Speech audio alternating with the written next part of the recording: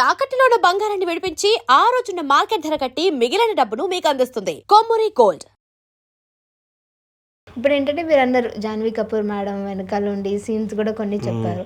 ఇప్పుడు మేడం గురించే కొన్ని ట్రోల్ అవుతూ ఉన్నాయి. సో అన్నెసెసరీగా తీశారు, సో అన్నెసెసరీ విజువల్స్ తీశారు, ఓన్లీ ఎక్స్పోజింగ్ అన్నట్టుగా మాట్లాడుకుంటున్నారు. అసలు మూవీ సెట్ లో దీని గురించి ఏం జరిగింది, జరిగినప్పుడు మీరు ఉన్నారా, నిజంగానే అన్నెసెసరీగా తీయాల్సి వచ్చిందా, బుచ్చిబాబు సార్ లేడీస్ కి నిజంగానే రెస్పెక్ట్ లేకుండా ఈ సీన్స్ తీసినట్టు, సో మీరేమంటారు?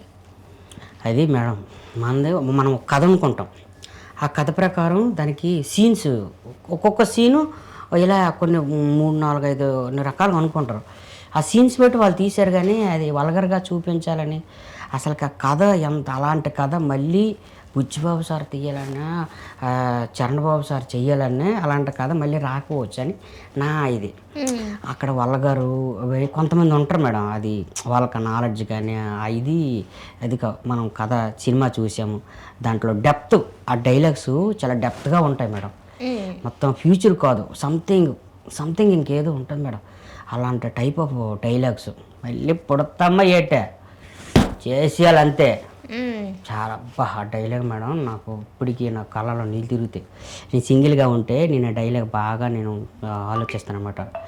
ఏం డైలాగ్ రైటర్స్ కానీ డైరెక్షన్ డిపార్ట్మెంట్ కానీ ప్రాణం పెట్టి చేశారు మేడం. సినిమా శిల్పం చెక్కినట్టు చెక్కారు బుచ్చిబాబు సారు, డైరెక్షన్ డిపార్ట్మెంట్ శిల్పం చెక్కినట్టు. మనం శిల్పాన్ని చెక్తాడు. అబ్బా ఇది ఇంకెక్కడో ఉందబ్బా, చెక్కాలి ఇంకా. శిల్పం సీక్రెట్ చెక్కారు మేడం సినిమాని. అంతే సింగిల్ వర్డ్లో చెప్పాలంటే బుచ్చిబాబు సారు హార్ట్ఫుల్గా చేశారు.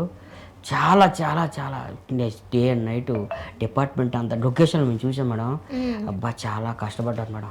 ఎవ్రీడే 100 నుంచి 500 మధ్యలో 1000 మంది అంటే 100 నుంచి 1000 మంది వర్కర్స్, ఆల్ టీమ్స్, అంతమందికి ఉపాధి దొరికింది ఆ సినిమా వల్ల.